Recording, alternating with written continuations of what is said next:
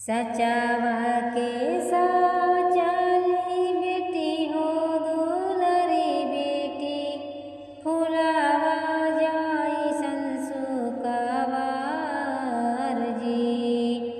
सचावा के साचली बेटी हो दुलरी बेटी फुलावा जाई संसुकावार जी। जैसे बीचे खिलेला कमलवा आंगना में बेटी खिलखिलास जी। जैसे बीचे खिलेला कमलवा आंगना में बेटी खिलखिलास जी। अखिया में आंसुली हले अम्मा समझावेली घर से जनी जइहा बाहर जी। अखिया में आंसुली हले अम्मा समझावेली घर से जनी जइहा बाहर जी। अब तोहरो बेटी हो लगनी लगनिया देहिया गइला दोबराय जी। अब तोहरो बेटी हो लगनी लगनिया देहिया गइले दोबराय जी।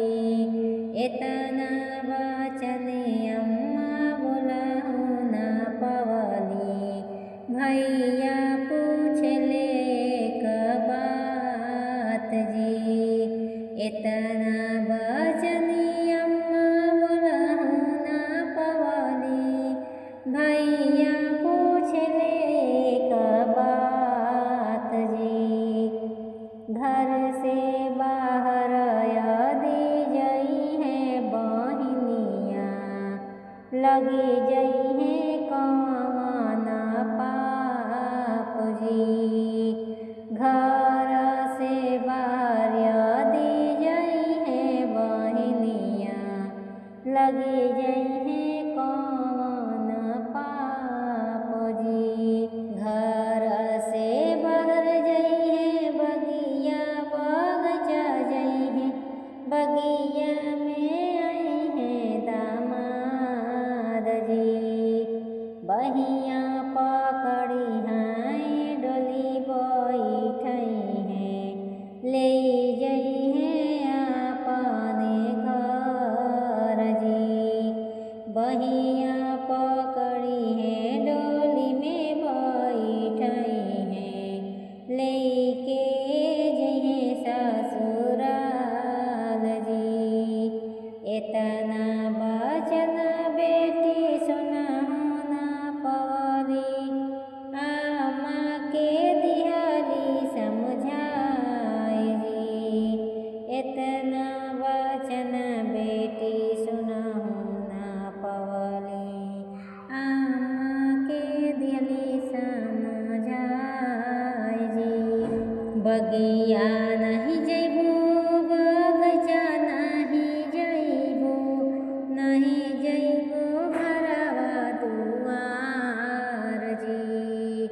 हम त खेलबी अम्मा तोहरे अचरवा कैसे ले जई है दामाद जी।